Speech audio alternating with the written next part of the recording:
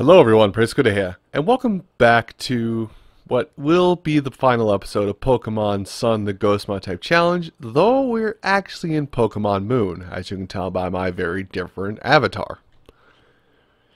There's a few select things I wanted to go over today that I wanted to show you, and to keep you updated with so things make a lot more sense. Now a lot of stuff I have to travel to different places, I have to go do different things, but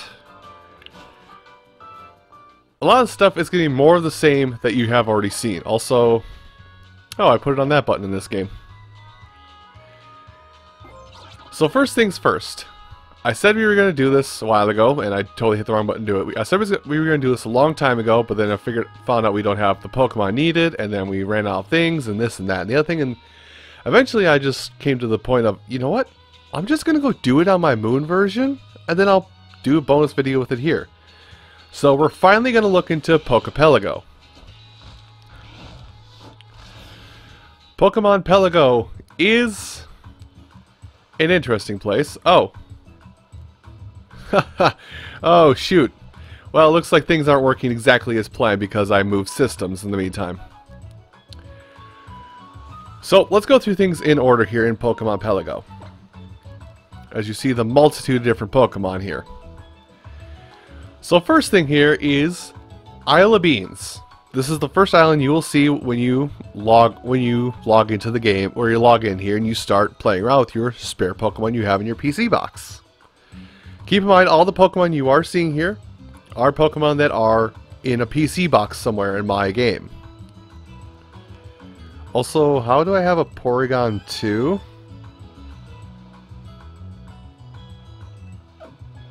Huh. I don't know how I have a Porygon 2, but not a Porygon Z around here. Regardless. So first thing you're going to see here is this large tree here in the middle that, if poked enough... Huh, I feel like I've maxed out. There we go. I also haven't played this game in quite some time. I haven't played this game in quite some time, but I haven't left it running either. In a closed 3DS, or I really haven't launched it in forever. It's kind of just been sitting here. So it's treating it like I just turned it, so it's, even though I did some stuff in here already trying to set things up, it's acting like I just turned on the system, or it's acting like I just turned the game back on after I turned it off for 5 minutes.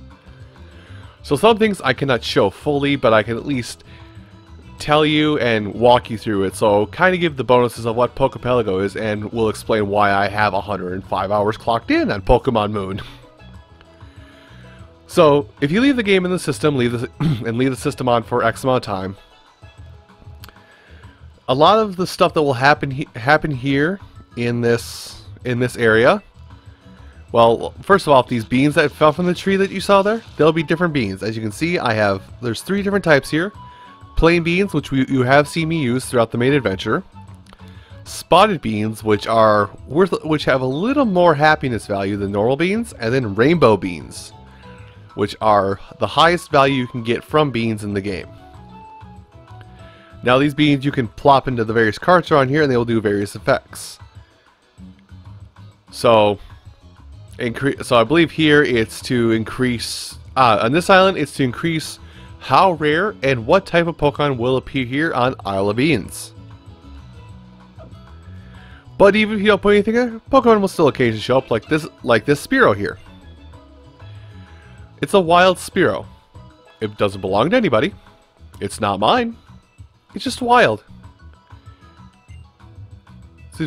So it's a kind of a rare chance, but if you let the Pokemon stay here, and you check in on it occasionally, it will give you the chance to, if you sit down and you come back, check on it like a day or maybe even a couple hours for some more common Pokemon, it will join your team. You don't have to throw a Pokeball. You don't have to do anything. You just get a Pokemon without any struggle, and yeah, it's just yours. I have a feeling shiny Pokemon can appear here as well, but that's something that somebody else will have to look at. But I also am not going to throw aside the fact that, hey, it's not a shiny, or there's no chance of a shiny. This area has shiny lock, whatever. On to the next island. Now, this island we saw a little bit, and well, this island's much different, but Isle of Plenty. This is where you can farm various beans, as you see on the top screen here, and you see the interactable parts on the bottom. Now, I have planted various berries in here. I've planted various berries I found throughout my adventure here, and I'm just farming them for my own use. I could trade them over to my other games to use. I could use them in place of other healing items since I farm so much. Really, the possibilities are endless with this island. Like, but I will say, I should say before I go any further, is that for these islands, starting out here, you will. Well, let me go back here. As you go throughout your islands, you will, Mon here, if you click on the boat, Mon will be here to let you exchange Pokebeans for things, which... Okay. So it looks like you, I'm sorry, I'm stumbling over this. I haven't done this stuff in quite some time. You can exchange your spotted beans or your rainbow beans for more beans. I believe the spotted beans will give you 3 regular beans each. The rainbow beans will give you 10 beans each.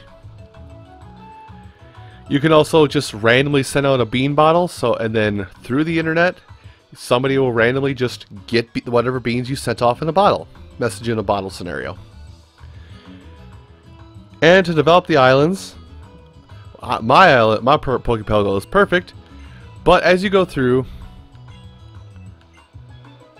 Pokemon Pelago and play it, like, it'll start off, all the islands will start pretty small with not much room for your Pokemon to wander. But you can feed beads into it. I believe each upgrade, it kind of scales depending upon when you find the islands, because you get Isle of Beans right off the bat, but it's the level 1 version. You can scale up Isle of Beans, I think, for like 60 beans, and then for like 180 or something a little silly like that. But each island is 3 levels. So when you come over here to Isle of Plenty, you start with just 1 crop, and that's it. And but when you level it up, you get 2 plots of land and 3 plots of land. Can I poke this? Also, hey look, it's my buddy Mewtwo. Anyway. So these fields are, as I return back to our original point, these fields that we're in, these are harvesting berries. I can poke a sign. There's a sign you poke, and then you plant whatever berries you have. I kind of just have 1 of every kind of berry for the most part, except for Lepa berries. I've started kind of maxing out on Lepa berries for my personal play, because Lepa berries are effectively a elixir.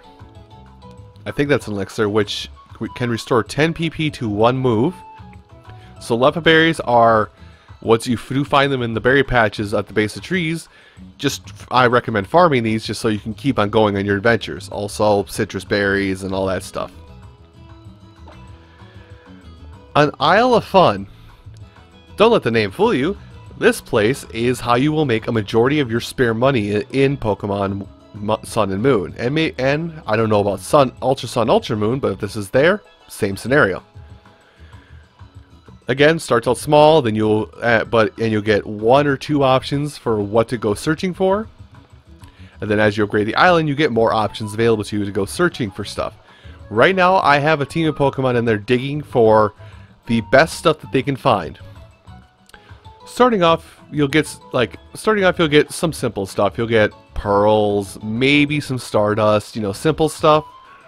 But as you upgrade, you'll start getting heart scales, leaf stones, pearl strings, star pieces, nuggets, big nuggets, dawn stones, dusk stones. Basically, if it's considered a jewel in the game in some regard, it can appear here within this island, and this is how you get your spare stones for evolving additional Pokemon. Once again, this is how I have managed to clock in over 100 hours in Pokemon Moon without doing a lot of the battle tree. On Isle Evelop. This location is a great way to level up Pokemon that you have in a secondary team. I know a couple people who thought Pokemon X and Y were pretty easy, so they were able to raise 2 teams. I feel Sun and Moon is a little bit harder, so this is kind of the way to rectify this stuff. This and that stuff. Again, it starts off with 1 play area, and you can level it up to multiple play areas, but you can basically bring a Pokemon in. I'm just going to do this for example. So you can come into your PC and you can say, oh, I would like to... Well, isn't this awkward? This is all happenstance, man. So it's like, oh, hey, I would like to... you know what, just for the sake of the LP or the playthrough, I'll theme it. So I want to level up this and Miss Magius. I should actually do all Pokemon that would kind of boast from the same stats. Hold on. In fact, that's actually exactly what I'm going to do. So, who else would boast from this kind of stat level up I want to do? I'm going to go cycling through. This will take a little bit. I apologize. Let's see. I feel like you could level up from this. You could use the boost from this as well. And I'm just doing Pokemon that I know would get boosts from, like, upping their special attack right now. Not Cloyster. See, that particular Oricorio, special attack stat. Keep in mind, I'm running, like, many multiples of numbers in my head, and I'm probably going to still flop over it. You would work well, Lilligant. And I'll find one more. It'll just take me a minute. Special attack stats. Well, I know it's for my own playthrough now. Let's get another Sandy in there. This is... I'm not gonna lie, that this Pokemon was probably the most fun to play with. Anyway, so we hit back. So return to PokePelago. So I'm gonna let them play. I'm gonna let them play on that particular thing. Now I can choose a drink. You do get level boost drink from the get-go. The other ones I'm not so sure, but this is basically a way to either passively increase level your Pokemon while you're playing the game or while you have the game off. Let's see. I can do HP boost. Basically increases the effort values, I believe, of whatever you want for your Pokemon. I'm going to do special attack boost on this one, but yeah, we got speed, special defense, special attacks, defense, anything. So how many play sessions should you complete? Well, let's see. I would like to go for as long as possible. There. So now for the next 49 hours from when you play the game last, the Pokemon will be done. They'll increase their effort values by a certain amount. Anybody in the comments that does know these exact values, you can let me know. I love to be proven wrong. But yes, the Pokemon will level up those values, and you don't have to do any level grinding of your own to get those. The Pokemon will just naturally acquire them at this point. And then on this island, Isle of You, this is the island you'll want to go to if you're looking to raise the happiness stat of a Pokemon the quickest. So a Pokemon in question that I didn't talk about when I picked it up in the game, but I'm going to talk about it now, is... I'm going to look for it because I can't find it. Pokemon S. Silvally. Or Type Null in this point, because Type Null will evolve into Silvally. Type Null will evolve into Silvally through friendship, not through normal level ups. There it is. So this is probably a good way to do this. So put it in the water, let it just enjoy a nice steamy bath.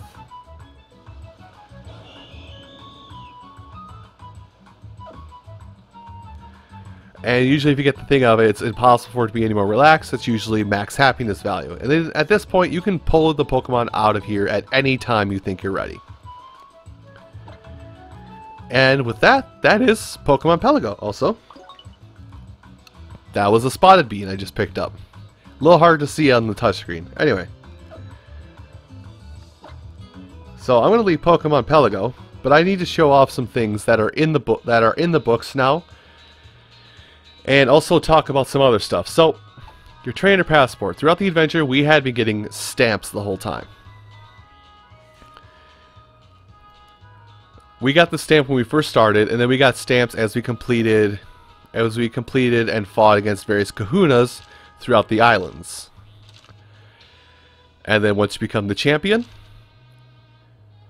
and then as you complete the various Pokedex. I will go into that a little bit further in just a second, but for finding all the Pokemon on Melee, you get this one. Same for Akala, Ula, and Pony, and once you have all of them, you will get a stamp either featuring Lunala or Solgaleo, dependent upon your version of the game. You'll get a stamp of them, and that's the stamp that says, hey, you have completed the Alolan Pokedex. There is no national Pokedex in Pokemon Sun and Pokemon Moon. So with that said, this is why it was okay completing the Pokedex, because holy cow. Completing a Pokedex of 700 in Pokemon X and Y, a little bit daunting. Completing 300? Oddly easy, considering I happen to get a Solgaleo through Wonder Trade, don't ask how. And then these last four, 1, 2, 3, 4, yep. These last 4 pages are for completing various levels of the battle tree and getting 50 consecutive wins in each level of the battle tree.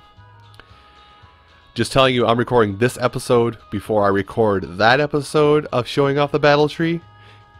But also know that I've never done the battle tree on my own time, so yeah.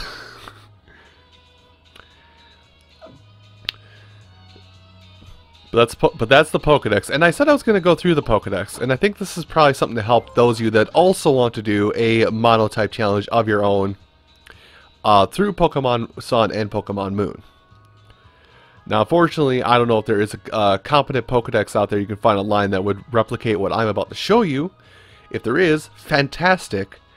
But I will tell you that you would also be able to find all the information you need on various sites. Not sponsored by them, but I use Cerebi for 99% of all of my research when it comes to doing these runs. Cerebi.net. Regardless. So, in order to do this team that I planned for Pokemon Moon, or the Pokemon Sun, the types are mixing in my head. In order to do this, I basically went to the Alolan Pokedex, and I went through the search function. Also,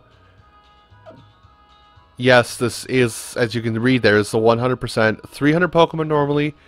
That QR code I showed you a long time ago, like back in episode 7. That QR code is the 301st Pokemon you will find. That is an optional step for your Pokedex. You do not have to get Magearna. But if you do, it becomes the 301st in your Alolan Pokemon Dex. Otherwise, the Alolan Pokemon Dex caps at 300. Anyway, so going in, I hit Y, and for this, I literally went, I want to do, I went through all these, and we're like, okay, well, what about a normal type? What can I run for a normal type? And I looked through, and it's like, I have nothing, I looked through, and it's like, I have nothing that really counters fighting very well. And what I can get, I don't think I can get until late game.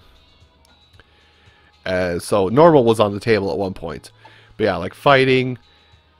Okay, fighting is very, very shallow in what I can use, and I don't have anything to counter psychic or flying, very reliably.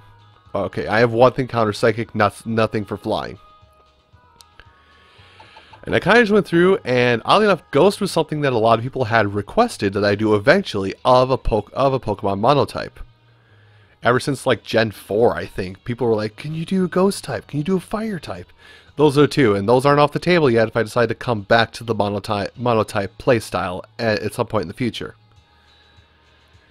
But I went in, I went Ghost, like, okay, there's Ghost. Let's confirm it. And well, let's see, what Pokemon can I use? Well, I'll pick Rowlet for my starter. Let's see, and then, or I guess I didn't go quite this far. I literally, oh dang it, I went too far. Let me do it again. So I went through and I literally looked at the top screen and went, okay. So all these Pokemon here, what would I like to use? Well, I feel like I would love to use Mimikyu because I love Mimikyu. I could use a Frostlass. That would be interesting. I've never used one of those. I've never used a Sableye, and I really would like to use an Alolan Marowak. So that's 4 of my Pokemon right there. And it's like, I've also... Well, let's see, let me count. 1, 2, 3, 4, 5. Okay, that's 5 of my Pokemon. And I just went, okay.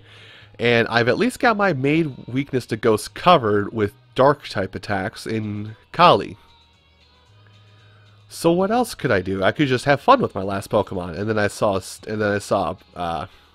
Sandygast, like, let's make that the weird one. And it turns out Sandygast was actually probably one of my favorite Pokemon to use. I've said this twice now today. But I went through it all and I considered Oricorio, and then I remembered, oh wait, I would have to wait till, I believe, Pony Island to get that. Okay, maybe not. Well, what about Miss Magius? Wait, that's a pure ghost, and I know it's fast, but I don't think I can do it. Trevenant and Delmise are the same thing as my starter, so that's not going to do it. I don't want to use a legendary, and for the Sun, I can't use Lunala. And Gengar is old hat. So the only other Pokemon besides Sandygast I was considering was Drifloon. Drifloon and Driflim.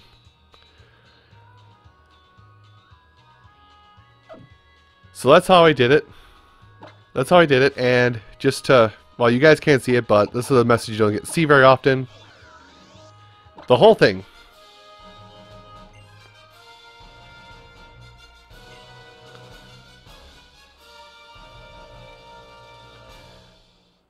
A little over the top, but alright. Think my lucky circus that I was here in this texted me with all these different Pokemon to share all these great adventures with you, partner. Congratulations to you, kid. You really deserve them. So there's that. So that is how I did it. And again, if you could, either you've done you can do it yourself, or you can find a comprehensive guide that does track just the Alolan Pokedex properly, or in a really extreme scenario, hit me up, fam. But with that all done, I think I've actually covered everything I wanted to cover here today. I mainly just wanted to cover PokePelago, make sure it was covered with you guys. I also wanted to make sure to show you the completed Pokedex, and also to explain how I came across and chose my team. Will I do more of these monotypes at some point? Hey, if they keep making Pokemon games, or if I decide to play variations of ones I've already done, why not? I mean, they're fun.